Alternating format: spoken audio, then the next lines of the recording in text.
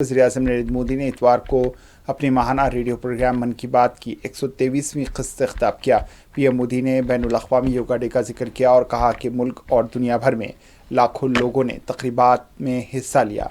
Radio programme से खिताब करते हुए पीएम मोदी ने कहा कि 21 जून को मुल्क और दुनिया भर में लाखों लोगों ने योगा के आलमी दिन की तक़रीबात में हिस्सा लिया है।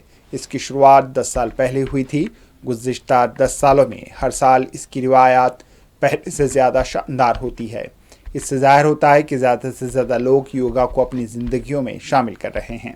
इन्होंने कहा है कि मुल्क भर में होने वाली तक़रीबात के बारे में बात करते हुए इन्होंने कहा है कि तेलंगाना, जम्मू कश्मीर और दीगर रियासतों का जिक्र किया जिनमें लोगों ने जोश व खरोश से हिस्सा लिया। इन्होंने कहा कि तेलंगाना में 3000 दिव्यांग अफराद योगा कैंप के लिए इकट्ठा हुए थे।